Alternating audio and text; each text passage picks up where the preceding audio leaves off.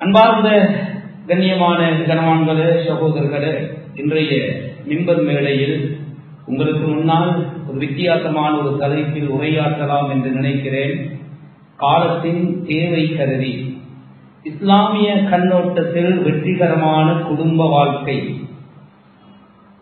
சமீபத்தில் ஒரு இஸ்லாமிய பிரதேசத்தில் ஒரு ஏரியாவுக்கு பொறுப்பான ஒரு காவியாளரிடத்திலே இருந்து வந்த கவலைக்குரிய ஒரு செய்தி, கடந்த 5 வருடங்களில் உள்ள காவிக்கோட்டிலே நிலுவையில் இருக்கின்ற வழக்கு கேசுகளை எடுத்து பார்த்தால் சுமார் 5 வருடங்களுக்குள்ளே 500 டிவோர்ஸ் கேஸ், அதிலையும் 480 ஃபஸ்ஹ் தலாக். மனைவிமார்களாக முன்வந்து இந்த கணவனோடு என்னால் வாழ்க்கையை தொடர முடியாது, என்னை தயவு செய்து பிரித்து விடுங்கள் என்று கேட்டிருப்பது 480. 20 ஆண்கள் தலாக் கேஸை ஃபைல் பண்ணியிருக்கிறார். அந்த 500 ஜோடிகளிலும் 300 சட்டம் குழந்தைகள். கண்ணியமான கணவான்களே, அன்பார்ந்த இஸ்லாமிய சகோதரர்களே, ஒரு கசப்பான உண்மை என்ன தெரியுமா? இங்கு வந்திருக்கக்கூடிய ஆயிரக்கணக்கான பேர்களில் குடும்பங்களில் ஒரு டிவோர்ஸ் கேஸ் கூட இல்லாமல் ஒருத்தரும் இருக்க மாட்டார்கள் என்ற அளவுக்கு இன்று விவாகரத்துகள் அதிகரித்துக் கொண்டே போவதற்கான காரணம் என்ன? ஒரு 25-30 வருடங்களுக்கு முன்னால் எளிமையான முறையில் திருமணங்கள் நடந்தது. மாப்பிள வருகின்ற பொழுது அவருக்கு குடை பிடித்து யானவி சலாம் அலைக்கும் பயன்படுத்துவதற்கென்றே ஒரு குரூப் அவரை கொண்டு வந்து தோரணம் கட்டி ஒரு மூலையிலே அந்த நிக்காஹுடைய மஜ்லிஸ் நடந்தது. நடைபெற்ற திருமணங்களில் 99 திருமணங்கள் சக்சஸ். இந்த திருமண வைபவங்கள் நடப்பது மஸ்ஜித்களுக்கு குறைவும் கிடையாது. அந்த திருமணம் சம்பந்தமான நிக்காஹு பயான்களுக்கு பஞ்சமும் கிடையாது. ஆனால் அதிகமாக விவாகரத்துக்கள் அதிகரிப்பதற்கான பிரதானமான காரணம் என்ன? கண்ணியமான கணவான்களே, அன்பார்ந்த இஸ்லாமிய சகோதரர்களே, முதலாவதாக ஒரு வெற்றிகரமான ஒரு இல்லற வாழ்க்கையை அமைத்துக் கொள்வதற்கு தேவையான கட்டாயமான அம்சங்கள் என்ன என்பதை தெரியாமல் அந்த திருமண பந்தத்திலே காலெடுத்து வைப்பது இதற்கான பிரதானமான காரணங்களில் ஒன்று. இன்னும் ஒரு காரணம் இருக்கிறது. நேரம் இருந்தால் குத்துபாவின் இறுதி பகுதியிலே நான் அதை அலசி ஆராய்வோம். கண்ணியமான கணவான்களே, அன்பார்ந்த இஸ்லாமிய சகோதரர்களே, ஒரு வியாபாரத்தை வெற்றிகரமாக ஆக்குவதற்கு தேவையான அம்சங்கள் என்ன தெரிந்து வைத்திருக்கிறோம், புரிந்து வைத்திருக்கிறோம். அதனால் அதிலே வெற்றி கண்டு கொண்டிருக்கிறோம். முடியவில்லை என்றால் மூடிவிட்டு போய்கொண்டே இருப்போம். ஆனால் திருமணங்கள் அப்படி அல்ல. முடித்தால் முடித்ததுதான், கட்டிய விலையை கொட்டியே ஆக வேண்டும் என்ற அமைப்பிலே அதிகமான வழக்குகள் நிலுவையில இருக்கிறது. அது ஒரு பக்கம் இருக்கட்டும். அதிகமான கணவன் மனைவிமார் பாதையோரங்களிலே ஒருவருக்கொருவர் கைகோர்த்து தோளோடு தோல் இருந்து நடந்து கொண்டிருந்தாலும் கூட கல்வினால் அவர்கள் எப்பொழுதோ டிவோர்ஸ் ஆகிவிட்டார். இவரை முடிக்கிறதுக்கு நான் வேறொத்தரை முடித்திருந்தால் நன்றாக இருந்திருக்குமே, இவரை கட்டிக்கொண்டு நான் படுகின்ற பாடு வேறொருத்தியை நான் முடித்திருந்தால் நன்றாக இருந்திருக்குமே. கைகோர்த்து பாதையிலே 4 பேர் பார்க்க கணவன் மனைவியாக நடைபோடுகின்ற எத்தனையோ உள்ளங்கள் கல்வினால் அவர்கள் மனமுடிவை எடுத்து விட்டார்கள். அதுதான் ரொம்ப கவலையான கசப்பான உண்மை. திருமணம் என்பது ஒரு கோட்டை. அதற்குள்ளே நுழைந்தவர்கள் வெளியே வர துடிக்கிறார்கள். வெளியே இருப்பவர்கள் உள்ளே என்னதான் நடக்கிறது என்று பார்க்க தவிக்கிறார்கள் என்று தமிழிலே சொன்னார் திருமணத்திற்கான வரைவிலக்கணம். ஆனால் ஆரம்பத்திலே நான் ஓதி காண்பித்த அல் குர்ஆன் வசனம் திருமணம் சம்பந்தமாக என்ன சொல்லுகிறது? وَمِنْ آيَاتِهِ أَنْ خَلَقَ لَكُم مِّنْ أَنفُسِكُمْ أَزْوَاجًا لِتَسْكُنُوا إِلَيْهَا. உங்கள் இனத்திலிருந்தே உங்களுக்கான மனைவிமார்களை படைத்ததில் மிகப்பெரிய அத்தாட்சி இருக்கிறது.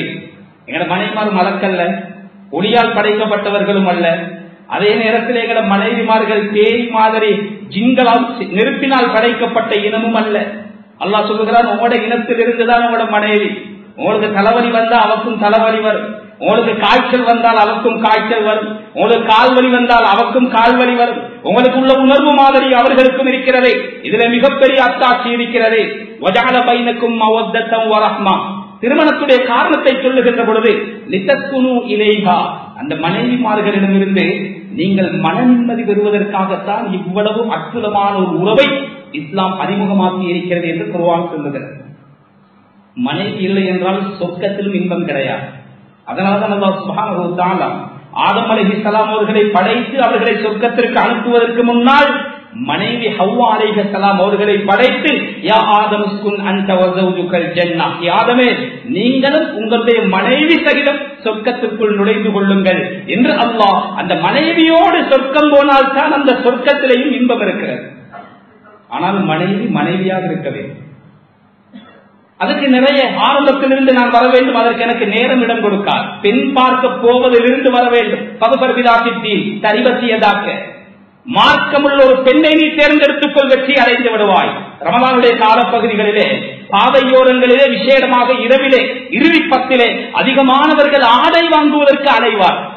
லீலத்துல் கத்ருடைய வேட்டையை தேடி வல்லல் நபி ஸல்லல்லாஹு அலைஹி வஸல்லம் அவர்களே தன்னுடைய வேட்டியை இறுக்கி கட்டினார்கள் என்று ஹதீஸ் படித்தவர்கள் எல்லாம் சுன்னத்தான கேவலம் ஒரு நாள் உடுப்புடுப்பதற்காக வேண்டி எத்துணையோ பலவு தொழுகைகள், இரா வணக்கங்கள், தராவீஹ், கியாமுல் லைல் போன்றவைகளை பால்படுத்தியவர்களாக ஆங்கங்கே கடைகளில் ஏறி திரிந்து கொண்டிருக்கிறார்களே. கவலையோடு ஒருத்தர் வந்து என்னிடத்திலே இதை சொன்ன நேரத்திலே அவர்களிடத்திலே நான் கேட்டேன், ஒரு மார்க்கமுள்ள மனைவியாக இருந்தால் ஒரு நாளும் உங்களை பாதையிலே அலைய விட மாட்டார். இந்த நேரத்திலே இங்கு உங்களை அலைய விடுபவள் அல்லாஹ்வை பயந்து கொள்ளுங்கள், கியாமத்திலும் உங்களை அலைய விடுவாள். இதுக்குத்தான் ஸல்லல்லாஹு அலைஹி வஸல்லம் அவர்கள் சொன்னார், தீனுள்ள மார்க்கப்பட்டுள்ள இறை அச்சமுள்ள ஒரு மனைவியை நீ எடுத்துக்கொண்டால் நீ வெற்றி அடைந்து விடுவாய். அது முதல் படி. அது முதல் படி. வெற்றிகரமான ஒரு குடும்ப வாழ்க்கைக்கு அத்தியாவசியமான விடயங்கள் என்ன? இப்ப அங்கிருந்து வர வேண்டிய அவசியம் இல்லை. அதிகமானவர்கள் திருமணம் முடித்தவர்கள் தான் நாம் இருக்கிறோம்.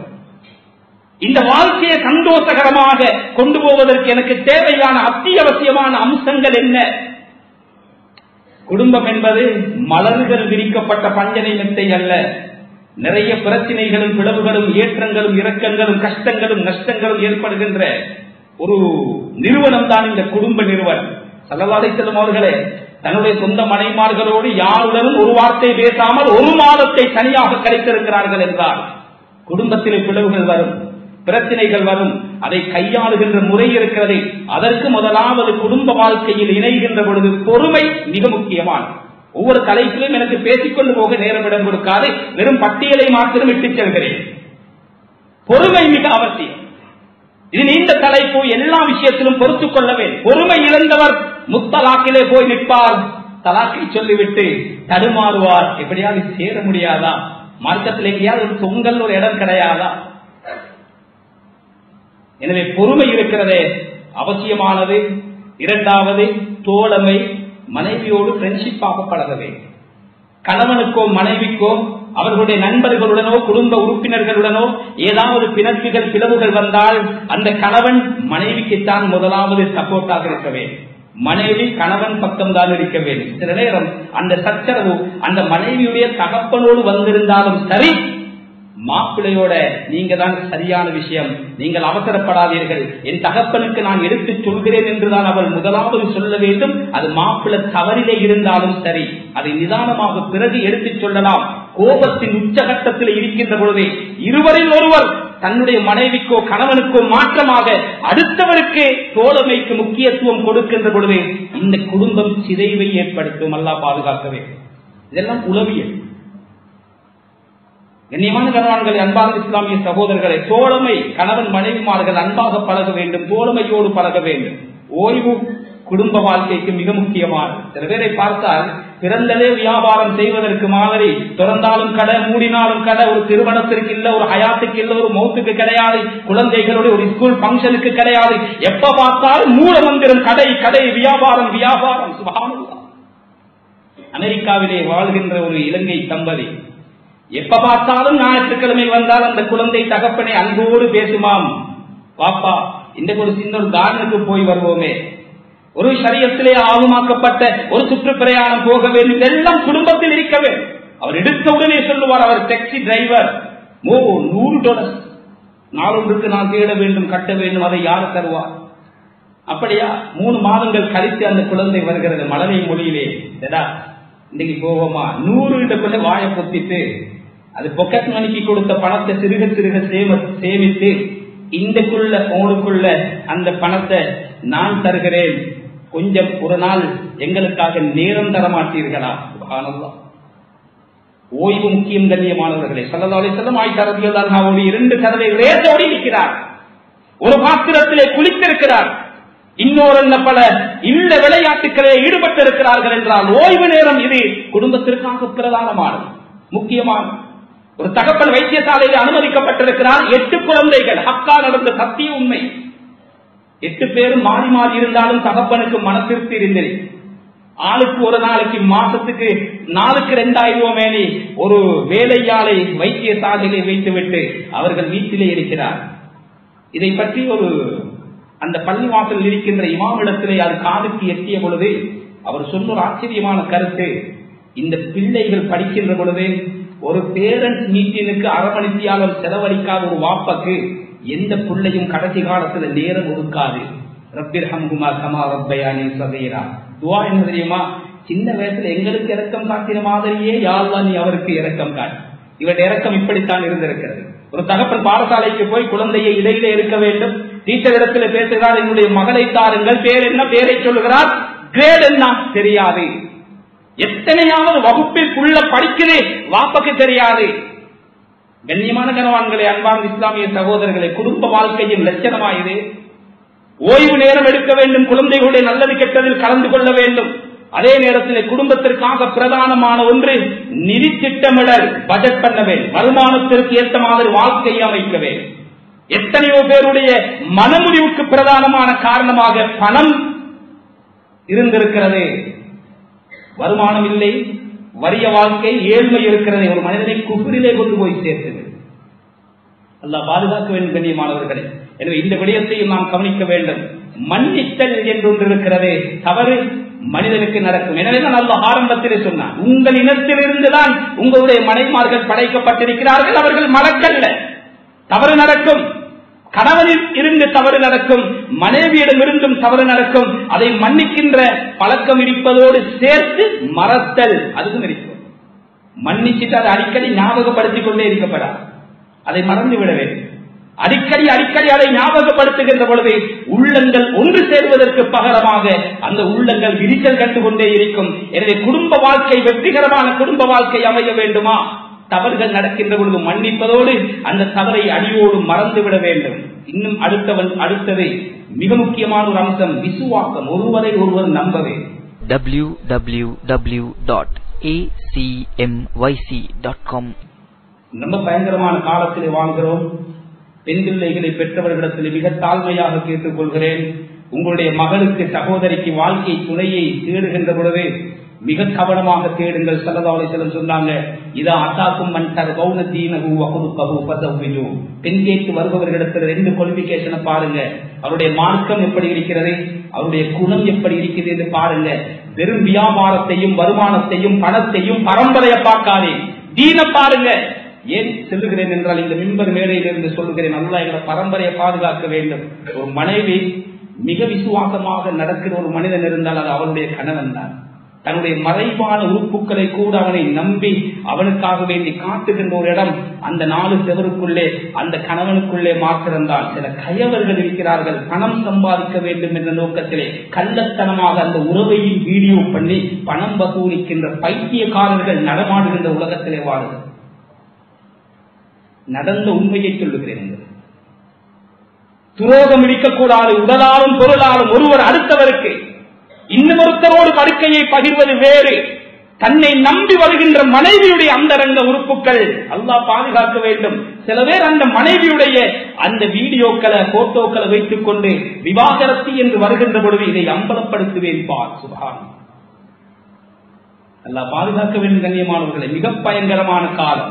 எந்த சமூகத்தில் வட்டி தலைவிரிக்க தாண்டவமாடுமோ அந்த சமூகத்தில் பைத்தியக்காரர்கள் அதிகரிப்பார்கள் என்றார்கள் பேகம்பர் ஸல்லல்லாஹு அலைஹி வஸல்லம். மூல குத்தி வேதத்துவர்கள் அல்ல, இந்த எத்தனையோ வகையான சைக்கோக்கள் நடமாடுகின்ற உலகத்திலே வாழ்கிறோம். மிக கவனமாக இருக்க வேண்டும், விசுவாசம் இருக்க வேண்டும், நம்பிக்கை. அடுத்தது பாசம். மனைவி எங்கட கண்ணால தான் பார்க்க, எங்க உம்மட கண்ணால பார்க்க கூடாது, எங்க டாக்டர கண்ணால மனைவியை பார்க்க கூடாது. வருவதற்கு முன்னாலே காதிலே பலதையும் மூடி இருப்பார்கள். எனக்காக வந்தவள், தன் குடும்பத்தை விட்டு வந்தவள், தவறுகள் இருக்கலாம், பிழைகள் இருக்கலாம். அந்த மனைவியை நேரடியாக தட்டி கேட்கின்ற உரிமை கணவனை தவிர வேறு யாருக்கும் கிடையாது. மாமிக்கும் அல்ல, மாமக்கும் அல்ல, மதினிக்கும் அல்ல, மச்சானுக்கும் அல்ல. இந்த உரிமையை அடுத்தவருக்கு கொடுத்தோம் என்றால் அந்த குடும்ப வாழ்க்கையில சந்தோஷம் நிலைக்காது. கண்ணியமான கனவான்களை ஒவ்வொன்றை பற்றி மனுஷியால கணக்கில பேச வேண்டும், பேசுவதற்கு நேரம் இடம் கொடுக்கார். மேலோட்டமாக சொன்னால் புரியும் என்று நினைக்கிறேன். எங்கட மனைவிமார் இல்லாவிட்டால் மாமி வீட்டில் ஒரு நாள் கழிப்போமா? ஒரு நாள் வந்து எங்களுடைய வீட்டிலே அவர் யாருக்காக இருக்கிறார்? எல்லோரும் துவா செய்து கொள்ளுங்கள். மனைவிக்கு முன்னால நாங்க மௌத்தா போய் நாங்க இல்லாம மனைவி எப்படியாவது வாழ்க்கையை கொண்டு போயும் எங்களுக்கு முன்னால மனைவி மௌத்தா போனா படுகின்ற அவஸ்தை இருக்கிறதே.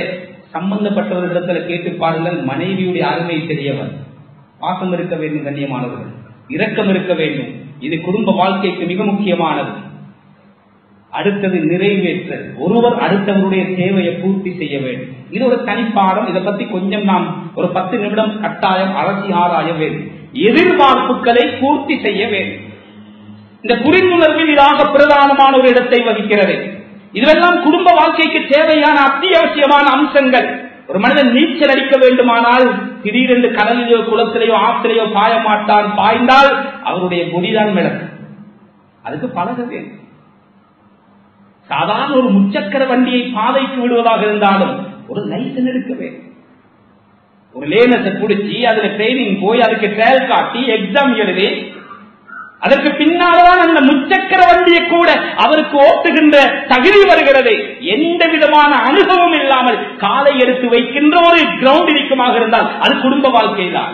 உம்மா பாப்பாவும் எங்கு நகை செய்வது, பெட்ரூம் செட் எங்க வாங்குறது, எந்த ஹோட்டல்ல கல்யாணத்தில் இருக்கிறது, யார கோக்கையாக பிடிக்கிறது, எந்த மௌலவிய பயானுக்கு கொண்டு வாரது, எத்தனை சகனுக்கு சாப்பாடு போடுறது, இதிலே கவனம் செலுத்துகிறார்களே தவிர ஒரு 3 மாசத்துக்கு முன்னால அல்லது ஒரு முஅல்லிமாவை இனம் கண்டு எந்த மகளுக்கு 3 மாசத்துக்கு பின்னால கல்யாணம் வருகிறது. குடும்ப வாழ்க்கைக்கு தேவையான அம்சங்கள் என்ன என்ன, அது சம்பந்தமான மசாலாக்கள், அது சம்பந்தமான தெளிவுகளை நீங்க கொடுங்க என்று சொல்லி ஒரு கிழமைக்கு ஒரு 1/2 மணி தியாலத்தை எடுத்து எந்த வாப்பா எந்த மகனை எந்த மகளை ஒரு ஆதிமிடத்தில் முஅல்லிமாவிடத்தில் ஒப்படைத்திருக்கிறது. கவனம் செலுத்த வேண்டியவர்களாக இருக்கிறோம் கண்ணியமானவர்களே. எனவே இந்த பெருமானங்கள், இந்த எதிர்பார்ப்புகள் என்று வருகின்ற பொழுது ஒரு சராசரி மனைவி ஒரு மாப்பிள்ளை இடத்துல என்னவெல்லாம் எதிர்பார்ப்பாள் என்று ஒரு கருத்து கணிப்பு எடுக்கப்பட்டது. உங்களோட மாப்பிள்ளை உங்களோட எப்படி இருக்கணும் என்று நீங்க விரும்புகிறீர்கள். இதெல்லாம் கட்டாயம் மனைவிமார்களை வைத்து வாழ்க்கை நடத்துபவர்கள் தெரிந்து வைத்திருக்க வேண்டிய மிக இன்றியமையாத முக்கிய அம்சங்கள். அவர்களிடத்திலே கேட்கப்பட்ட அந்த கேள்விகளுக்கு வந்த பதில்களை சுருக்கமாக பார்த்தால், தன்னோடு அன்பாக பரிவாக நடக்க வேண்டும். இரக்கம் அவர்கள் எதிர்பார்க்கின்ற முதல் அம்சம். ஆரம்பத்தில் சொன்னேன், பாசம் பந்தம் அது இருக்க வேண்டும். குர்ஆனில் அல்லாஹ்வும் சொல்லுகிறான், வஜான பைனக்கும் மவத்தத வ ரஹ்மா. உங்களுக்கு மத்தியில் அல்லாஹ் இனம் புரியாத ஒரு அன்பையும் அருளையும் போட்டிருக்கிறார். எங்கோ இருந்து சேர்ந்தவர்கள் கபில்து நிக்காஹா என்று சொன்ன அந்த நிமிடத்தில் இருந்து வருகின்ற இரக்கம், ஒரு பாசம் இருக்கிறதே. இந்த ஹஜ்ஜுக்கு உம்ராவுக்கு போனா அல்லாஹ் பாதுகாக்க வேண்டும். குடும்பம் வருவார்கள், கணவன் மனைவியாக வருவார்கள். கடைசியிலே இந்த பஜார் தவாப் இருக்கிறது. கல்பத்துல்லா தவாப் எல்லாம் முடிஞ்சு இந்த மதீனாவுக்கு போன பஜார் தவாப் ஒன்று செய்வார். பொருள் வாங்குவோம், அதுல பிணக்கு வரும், அதுல பிரச்சனை வரும். ஒரு 25 ரியால் செருப்புக்கு ஒரு பிரச்சனை வரும். கண்ணியமான கனவான்களே, அந்த பிரச்சனை எவ்வளவு விஸ்வரூபம் எடுக்கும் தெரியுமா? ஹஜ்ஜை முடித்து வருவதற்கு 3 நாள் பாக்கி இருக்கிறது. அந்த 3 நாளும் கணவன் மனைவி பேசாமலே நாடு திரும்புகிறார். நவுபில்லா. எந்த மண்ணுல? மக்கா மதீனா மண்ணுல. அந்த பெண்ணிடத்துல எல்லாரும் எங்களுக்கு இந்த முறைப்பாடுகள் வருகின்ற பொழுது நான் அழைத்து கேட்டேன். 2 பேரையும் வைத்து அந்த மாப்பிள்ளை இடத்திலே கேட்டேன், உங்களுக்கு தாத்த தங்கச்சி மாதிரி இருக்கிறாங்களா? ஆமா இருக்கிறார். அவர்கள் யாரையாவது நீங்கள் ஹஜ்ஜுக்கு அழைத்து வந்திருக்கிறீர்களா? இல்லை. இந்த மனைவி உங்களுக்கு எவ்வளவு காலம் திருமணம் முடித்து? அதுல 3 வருடங்கள் ஆகின்றது. 25 லட்சம் ரூபாய் தன்னோடு பிறந்த ஒரு சகோதரி இன்னும் ஹஜ்ஜி செய்யல. ஆனால் அவர் தாத்தவ தங்கத்தை கூட்டிட்டு வரல. தன்னோடு வந்தவர் மனைவி, அவருக்கு தான் முன்னுரிமை கொடுக்கிறார். இதுதான் அல்லாஹ் குர்ஆன்ல சொல்லுகிறார், ஒரு இனம் புரியாத அன்பை உங்கள் உள்ளத்தில் நாம் போட்டு விடுகிறோம். கேவலம் 25 லட்சம் ரூபாய் பணத்தை கொடுத்து 3 வருஷத்துக்கு முன்னால எங்கோ இருந்த உன்னை இங்கு கொண்டு வந்து சேர்த்ததற்கு நன்றி செலுத்துவதற்கு பகரமாக கேவலம் 25 ரியால் சிரிப்பருக்கு சண்டை பிடித்தால் நன்றி கெட்டவர்களா இல்லையா? கண்ணியமான கண்வான்களை, அன்பார்ந்த இஸ்லாமிய சகோதரர்களே, சில விடயங்கள் இருக்கிறது, நிறைய பேச வேண்டும், நேரம் இல்லை. அடுத்தடுத்த விடயங்களுக்கு நான் போகிறேன். தன்னோடு அன்பாக இருக்க வேண்டும், அன்பாக நடக்க வேண்டும். இது ஒவ்வொரு மனிதனும் எதிர்பார்க்கக்கூடிய, மனைமார்களும் எதிர்பார்க்கக்கூடிய மிக முக்கியமான விடயம். அடுத்தது, சில முடிவுகளை எடுக்கின்ற பொழுது தன்னோடு ஆலோசனை செய்ய வேண்டும். சில முடிவுகளை எடுக்கின்ற பொழுது மனைமார்களுடனும் ஆலோசனை செய்ய வேண்டும். முக்கியமான ஒரு அம்சம். யாரும் அதை கணக்கெடுப்பதில்லை. ஒரு டிஸ்கஷன் நடக்கிறது, வீட்டிலே ஒரு பேச்சுவார்த்தை நடக்கிறது, மனைவி என்னமாவது சொல்ல முன் வந்தாலும் நீங்கள் வாயை குத்திக் கொண்டு போங்கள், உங்களுக்கு என்ன தெரியும் என்றால் உடைத்து போய்விடுவார். லைஃப் பார்ட்னர், எங்க வாழ்க்கையின் மறுபாதியாக அவருக்கு அந்த கண்ணியத்தை கொடுக்க வேண்டும். அடிக்கடி தன்னோடு கலந்துரையாட வேண்டும். சில பேர் மனைமார்களோடு பேச நேரம் கொடுப்பதே கிடையாது. அப்படியே உட்கார்ந்து பேசினாலும் கையில ஹேண்ட் போடுறீங்க. அவர் சொல்லுவது ஒரு காதல விழும், ஒரு காதால போய்விடும். இல்ல கண்ணியமானவர்களை மதிப்பளிக்க வேண்டும். அவர்களோடு அதிகமாக அடிக்கடி கலந்துரையாட வேண்டும். குடும்ப விடயங்கள், எதிர்கால பிளான்களை அவர்களோடு சேர்ந்து குழந்தை வளர்ப்பு, குழந்தைகளுடைய எதிர்காலம் திட்டங்கள் தீட்டப்பட வேண்டும். அப்பதான் ஒரு வெற்றிகரமான குடும்பம். இது ஒவ்வொரு மனைமார்களும் எங்களோட கணவன்மார் எங்களோடு இப்படி நடக்க வேண்டும் என்று அவர்கள் முடிவெடுப்பார். கோப உணர்வை தன் மீது வெளிப்படுத்தக்கூடாது. ஒரு பெண்மணி ஓப்பனாக சொல்லுகிறார், காலையில இவருக்கு எங்கேயாவது ஒரு செக் ரிட்டர்ன் வந்த அன்னைக்கு நானும் என் பிள்ளைகளும் முடிச்சு, எவனோ ரிட்டர்ன் பண்ணின செக்குக்காக இவர் முழு கோபத்தையும் காட்டுவது மனைவியோடு. இது சில கண்ணியமான சகோதரர்கள். நிறைய பேர் குடும்பத்தில் இந்த பிரச்சனையில், அவருடைய கடையில, அவருடைய ஃபேக்டரியில, அவருடைய தொழில் செய்கின்ற இடங்கள்ல பிரச்சனை. வீட்டுக்கு வருகின்ற பொழுது பிள்ளைக்கு தெரியாது. 10 மணித்தியாலம் 12 மணித்தியாலம் இழந்த தந்தை வீட்டுக்குள்ளே வருகின்ற பொழுது ஆசையோடு அந்த வாப்பவை அரவணைக்க வருகின்ற குழந்தை இவற்ற காதுல போன், இவர் பிரச்சனையில் இருக்கிறார், டென்ஷன் இருக்கிறார், பிள்ளைக்கு தெரியாது, மனைவிக்கு தெரியாது. இந்த சனியனை எடுங்கள் என்றாரு. புள்ள தூக்கி வீசிப்பட்டு போய் விழுகுதே. அதுக்கு பின்னால் இவர் செய்வார், கோபத்தை காட்டுவார். அதுல எதிர்வினை ரியாக்ஷன் மனைவியிடம் இருந்து வருகின்றது. ஒரு மாசத்துக்கு இவரால் தாங்க முடியாம போய் குடும்ப வாழ்க்கை விளங்குமா? கோபங்களை தன் மீது காட்டக்கூடாது என்று மனைவிமார்கள் எதிர்பார்க்கிறார்கள். முகமலர்ச்சியுடன் வீட்டுக்குள் நுழைய வேண்டும். எல்லா பிரச்சனையும் காம்பவுண்ட் கேட்டோட வச்சிருக்க. எனக்காக ஒரு ஜீவன் எதிர்பார்த்துக் கொண்டிருக்கிறது, என் பிள்ளைகள் இருக்கிறார், அவர்களுக்கு இந்த பிரச்சனை தெரியாது, அவர்களுக்கு இதை காட்டக்கூடாது. சிரித்த முகத்தோடு, சலாமுரைத்த முகத்தோடு, மலர்ந்த முகத்தோடு அந்த வீட்டுக்குள் வர வேண்டும். தேவை ஏற்படும் பொழுது தாம்பத்தியத்தில் உதவி செய்ய வேண்டும். மனைவிக்கும் தேவை இருக்கு. பசி வந்தால் சாப்பிடணும், தாகம் வந்தால் தண்ணீர் குடிக்கணும். அது மாதிரி தேவைகள், உடல் தேவை இருக்கிறதே, ஹலாலாக தணிக்கப்பட வேண்டும். இவர் உள்ள பிரச்சனைகள் எல்லாம் இவர்களுக்கு உணர்வற்ற ஜனமாக உலகத்திலே வாழ்கிறார். சில பேர் வந்து அந்த சொத்தை கூட கலட்டாம அப்படியே தூங்கிடுவார்.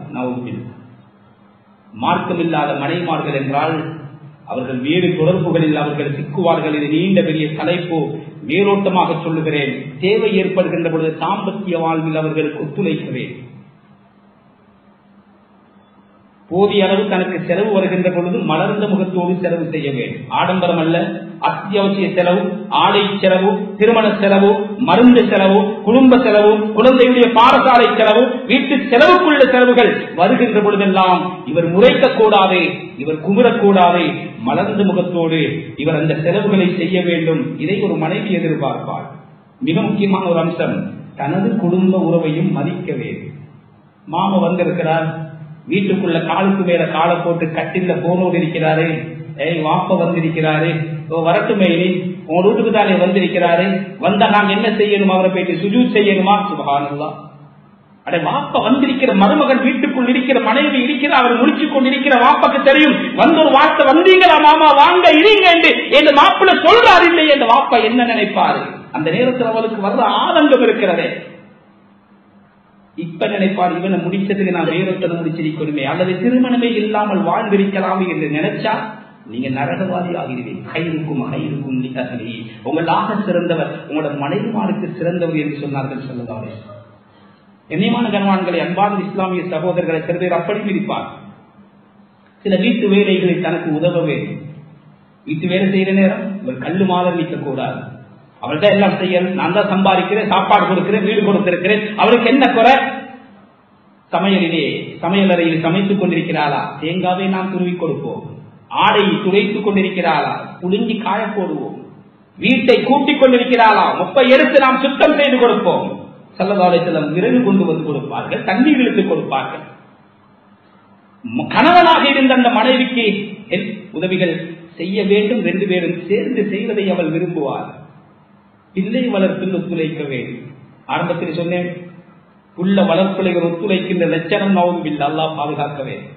குழந்தையை அகற்ற வேண்டிய நேரத்தில் அகற்ற வேண்டும். தந்தை என்றால் குழந்தையின் உள்ளத்தில் ஒரு பயம் இருக்க வேண்டும். குழந்தையுடைய நலவு திட்டங்களில் மனைவியோடும் குழந்தையோடும் கலந்து பேச வேண்டும். நீ பெற்ற குற்றத்திற்கு நீயே பார் என்று மனைவியிடத்தில் ஒப்படைத்து விட்டு ஒதுங்கக்கூடாது. இதுவெல்லாம் சராசரி ஒரு மனைவி தன்னுடைய கணவனிடத்தில் இருந்து எதிர்பார்க்கக்கூடிய முக்கியமான எதிர்பார்ப்பு.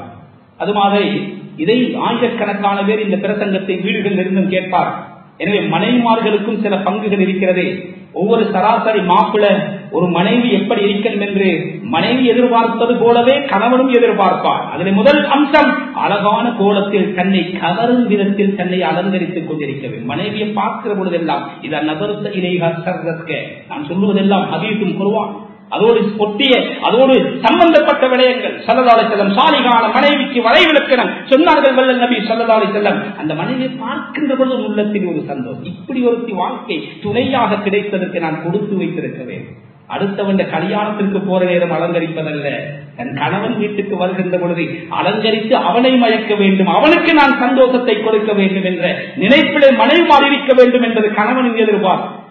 அன்பாகவும் பரிவாகவும் நடந்து கொள்ள வேண்டும்.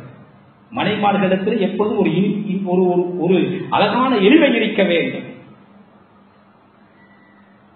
கரடுமுரட்டு தன்மை இருக்கக்கூடாது. அதிகபட்சம் சுவையான உணவுகளை சமைக்க வேண்டும். ஒரு கோடி சம்பாதித்துக் கொண்டு போகிறோம், மனைவிக்கு வாய்க்கு ருசியா ஒரு தீ ஊட்ட தெரியாது, உப்பு புளி போட்டு ஒரு சம்புல் பெணைய தெரியாது என்றால் அவன் வாழ்க்கையில ஜீரோ. டிகிரி முடிச்சிருப்பான், எத்தனையோ லாங்குவேஜ் எடுத்து முடிச்சிருப்பார், எத்தனையோ கோர்சஸ் முடிச்சிருப்பான். ஆனா வாழ்க்கை என்ற பாடத்தை அந்த உம்மாவும் பாப்பாவும் குழந்தைக்கு பிள்ளைக்கு கற்றுக் கொடுக்கவில்லை என்றால் வேலைக்காரியுடைய கையால் தான் சாப்பிட வேண்டும் என்றால் இதை அதிகமான கணவன்மார் விரும்ப மாட்டார். அதிகபட்சம் வாய்க்கு சுவையான உணவுகளை தயாரிக்க வேண்டும் என்று கணவன் எதிர்பார்ப்பான்.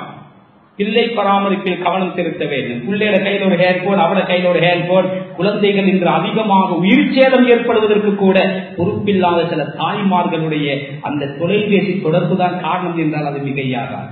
இல்ல, பிள்ளைய வளர்க்க, புள்ள வளரவிடக் கூடாத வளர்க்க. ஒரு உறவுக்கு போகும் பொழுது எங்க எப்ப நடந்து கொள்ளணும் அந்த குழந்தைக்கு சொல்லிக் கொடுக்க வேண்டும். 4 பேர் வந்துவிட்டால் வீட்டிலே அவர்களோடு எப்படி முசாபா செய்து சலான் கொடுத்து அவர்களை வரவேற்க வேண்டும் அந்த தாய் சொல்லிக் கொடுக்க வேண்டும். குழந்தை வளர்ப்பிலே அவள் அதிக கவனம் எடுக்க வேண்டும். தன் குடும்பத்தை மதிக்க வேண்டும். ஒரு குழந்தை வந்து கேட்டதாம், பாப்பா விருந்தாளிகள் வாராண்டா, அந்த காலத்துல காக்கா கத்துமாவே. ஆமா, காக்கா கத்தினால் எங்களோட உமாவும் சொல்லுவா, யாரும் வாரதோ தெரியாது, சுவரா வந்துருவாங்க. அது எப்படி காக்கா கத்துது, ஏன் கத்துது என்று அந்த குழந்தை கேட்ட நேரத்தில் இந்த தகப்பன் அங்கும் இங்கும் மெதுவாக பார்த்துவிட்டு பிள்ளையில காதுக்கு சொன்னாராம், விருந்தாளிகள் வந்தா காக்கா கத்துதோ இல்லையோ தெரியாது, உங்க வாக்கு முட்லிங்க வந்த ஒரு உம்மா கத்துவார். சில பேர் அப்படித்தான் கணவன் குடும்பத்தை ஓரமாவே பார்ப்பார். அவர்கள் எந்த காரணம் கொண்டும் எந்த கணவனோடு எந்த தொடர்பும் வைக்கக்கூடாது என்பதை பிடிவாதமாகவே இருப்பார். தன் குடும்பத்தை மதிக்க வேண்டும், தன் தாய் தகப்பன், தன் தாத்த தங்கச்சி சகோதர சகோதரிகளை மதிக்க வேண்டும் என்று கணவன்மார் நினைப்பார்கள்.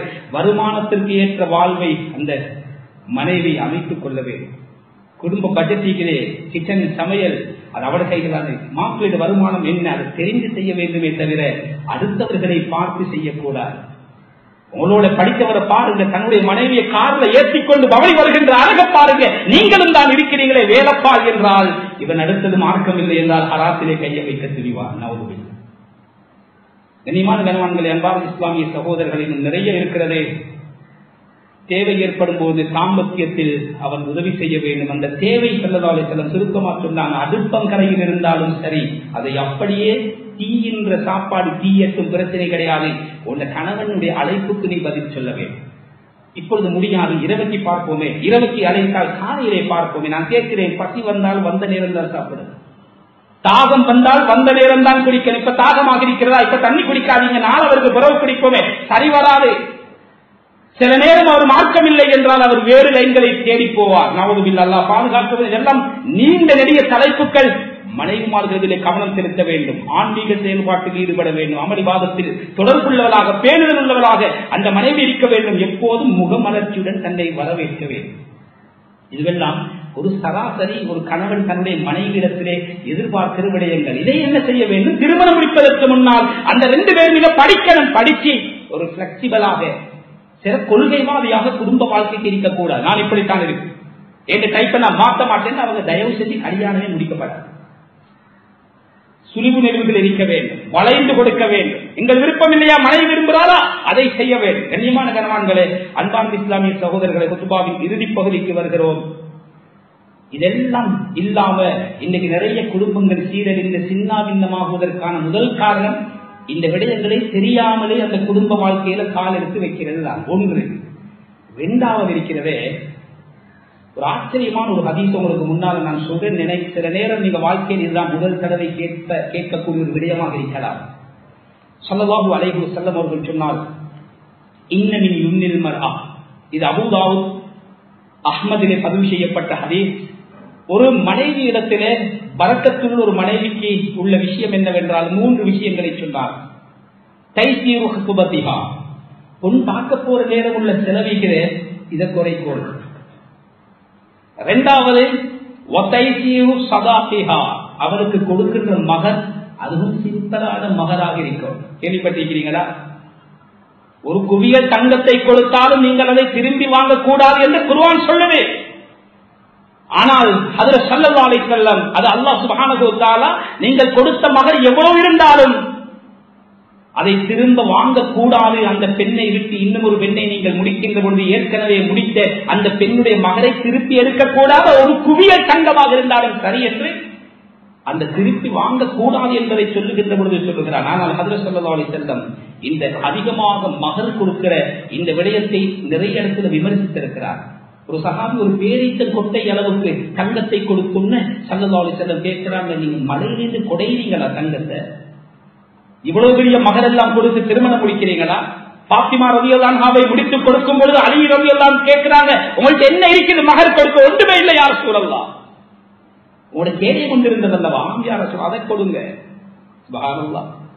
கண்ணியமான கண்வான்களே, அன்பார்ந்த இஸ்லாமிய சகோதரர்களே, வதைசீரு சதாத்திஹா வதைசீரு ரஹிமிஹா, இதையும் நீங்க கேள்விப்பட்டிருக்க மாட்டீங்கன்னு நினைக்கிறேன். உங்களோட மனைவிமார்களுடைய கற்புக்கும் ஓய்வு கொடுங்கள், அதையும் சிம்பிளாக்குங்க.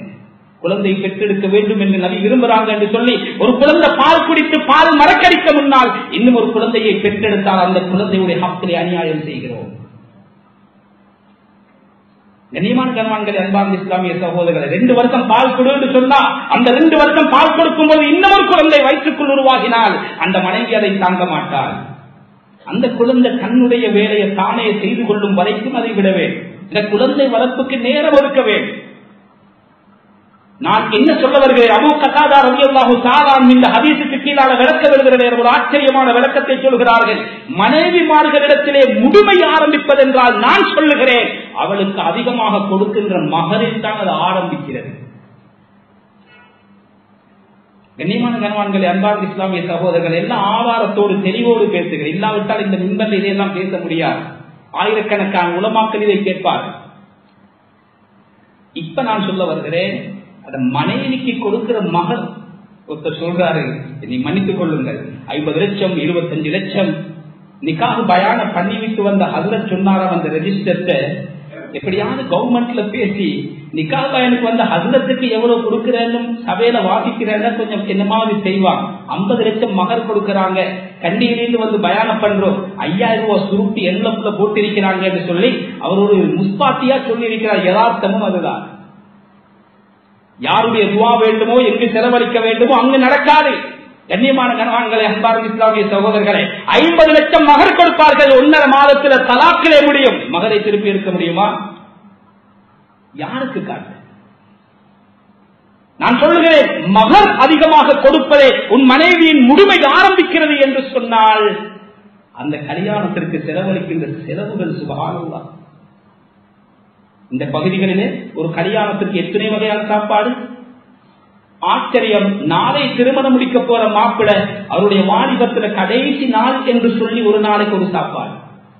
கிட்டத்தட்ட 1000 பேருக்கு விருந்து. ஒரு தலைக்கு 14,000 ரூபாய் செலவு. சுபஹான். நிக்காஹுக்கு சுபஹானல்லாஹ். அதை கொடுப்பதற்கு வெளிநாடுகளிலே இருந்து பாக்ஸ்கள் வரவழைக்கப்படுகிறது. சும்மா ஒரு நேர சாப்பாடு அடிச்சுட்டு குப்பையில போடுறது. ஒரு பவுன் நகை இல்லாம எத்தனை ஏழை குமரிகள் ஏங்கிக் கொண்டிருக்கிறார். நேரம் முடிந்து விட்டது. கண்ணியமான சகோதரர்களை, சுருக்கமாக சொல்லி முடிக்கிறேன். இந்த மாதிரியான செலவுகள், முதலாவது வெள்ளிக்கிழமை ஒரு சாப்பாடு, நிக்காஹ் முடிந்த இரவுக்கு இன்னும் ஒரு சாப்பாடு, முதலாவது ஜும்மாவுக்கு இன்னும் ஒரு சாப்பாடு, பெண் வீட்டுல ஒரு சாப்பாடு, மாப்பிள்ளை வீட்டுல ஒரு சாப்பாடு.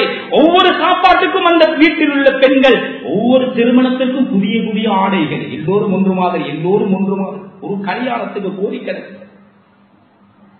கண்ணியமான கணவான்களே, அன்பார்ந்த இஸ்லாமிய சகோதரர்களே, ஆதமுன்னிக்காகி பரக்கா ஐசர்ஹு முன்னா, இங்கதான் விடயத்துக்கு வருகிறேன். திருமணத்தில் ஆகும் பரக்கத்தான திருமணம் எது தெரியுமா? எந்த திருமணத்துல செலவு குறைதோ அந்த திருமணம் என்றார்கள் ஹஜ்ரத் ஸல்லல்லாஹு அலைஹி வஸல்லம். நபியுடைய சொல்ல மீறி வாழ்க்கையில வெற்றி அடைய முடியுமா? ஒரு கணவன் மனைவியோடு இல்லற வாழ்க்கையில் ஒன்று சேர்கின்ற பொழுது, குடும்பம் இல்லற வாழ்க்கையில் உறவில ஈடுபடுகின்ற பொழுது, பிஸ்மில்லாஹ் அல்லாஹும்ம ஜன்னிபின ஷைத்தான் வஜன்னிபி ஷைத்தான மா ரஸக்தனா என்ற துஆ ஓதாமல் யார் மனைவியோடு ஒன்று சேர்கிறீர்களோ ஷைத்தான் உங்களோடு சேர்ந்து சேருவான். ஒரு சஹாபி சாப்பிட்டுக் கொண்டிருக்கிறார், ஸல்லல்லாஹு அலைஹி வஸல்லம் பக்கத்துல சிரித்தாங்க. ஓடி வந்தாங்க, யார் சொல்ல ஏன் சிரிச்சீங்க, சங்கடமா போயிருச்சு. இல்ல, நீ பிஸ்மில் சொல்லாம சாப்பிடுகின்ற வரைக்கும் இப்லீஸ் உன் பிளேட்ல கையை போட்டு அவனும் சாப்பிட்டான். நீ பிஸ்மில் ஞாபகம் வந்து சொன்னாய் அல்லவா, பிஸ்மில்லாஹி அவ்வளவு ஆகிறது. அவன் சாப்பிட்டதை வாங்கி எடுத்து தலைவருக்கு ஓடுகின்ற காட்சியை நான் பார்த்தேன் என்று இந்த ஹதீஸுக்கு ஹஜ்ரத் இப்னு ஹஜர் அஸ்கலானி ரஹ்மத்துல்லாஹி அலைஹி ஃபத்ஹுல் பாரியிலே கொண்டு வராங்க. எப்படி பிஸ்மில் சொல்லாம சாப்பிட்டா ஷைத்தானும் சாப்பிடுவானோ, பிஸ்மில்லாஹ் என்று ஆரம்பித்து அந்த உறவில் ஈடுபடலண்டா ஷைத்தானும் ஈடுபட்டுவார். ஒரு சின்ன மிஸ்டேக் விட்டா வாழ்க்கையிலே அந்த பிஸ்மில ஓடி நீங்க சேர்ந்தீங்க, அதாவது ஒரு புல்ல கிடைக்குதா, அந்த புல்ல மௌத்து வரைக்கும் ஷைத்தானுடைய தீங்கை விட்டு தப்பிக்கொள்ளும். நான் சொல்லலாம், சின்ன ஒரு நபியுடைய ஒரு புத்திமதி உதாசீனப்படுத்துகின்ற நேரத்தில் மனைவியோடு இப்லீஸும் சேருகின்ற அளவுக்கு பாரதூரமான விளைவென்றால், தயவு செய்து எங்களோட பிள்ளைகளை ஆசைத்தானே என்று சொல்லி பிள்ளைகளை பழிக்கடாவாக ஆக்காது. உங்களோட பணத்தை காட்டுறதுக்கு நீங்க வேற என்னமாவது செய்யும். சமீபத்தில் ஒரு திருமணம் நடந்தது. 400 பேருக்கு தான் சாப்பாடு. 400 சகன் அல்ல, 400 தலை. பயானுக்கு அழைக்கப்பட்டிருந்தேன். அந்த பாப்பாவும் மகனும் பேசுற சந்தோஷமான செய்தி. ஒரு பெரிய ஒரு சொத்தை எடுத்து, கிட்டத்தட்ட 1,20,00,000 ஒரு சொத்தை எடுத்து திருமணத்திற்கு செலவழித்திருந்தது ஒரு பள்ளிவாசலுக்கு வாங்கி வக்குப் செஞ்சார். வக்குப் அன்பளிப்பு கொடுத்தார். இன்றைக்கு அந்த பள்ளிவாசல் அந்த வீட்டை விட்டு சுமார் 1,20,00,000 ரூபாவுக்கான சோலர் பவர் திட்டத்தை அந்த பள்ளிவாசலுக்கு ஏற்பாடு செஞ்சு கொண்டிருக்கிறாங்க. அந்த பள்ளி இந்த பூமிக்கு மேலால் நிலைத்திருக்கும் வரைக்கும் அந்த வெளிச்சம் அவர்களுக்கு போய்கொண்டே. ஒரு நேர சாப்பாடு தன்னுடைய பணத்தை காட்ட இந்த மகண்ட கடியாரமா வாழ்க்கையில சீரழிஞ்சிருவாங்க. எல்லாம் பாதுகாக்கும் கண்ணியமான சகோதரர்களை, இதை பெண்களுக்கு நாங்க உணர்த்தோம். எல்லாம் பள்ளிவாசல் ஆம்பளைகளுக்கு நடக்குது, மாஷா அல்லாஹ். ஆனா இதெல்லாம் மனைவிமார்கள் தான் கேட்கணும். எங்களோட பிள்ளைகள் ஆடம்பரத்துக்கு நாங்க பழக்கக்கூடாது.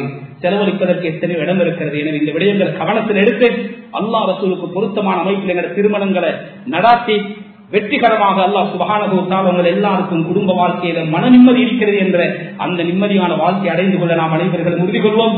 அல்லாஹ் சுப்ஹானஹு வ தஆலா நம் அனைவருக்கும் அருள் புரிவானாக.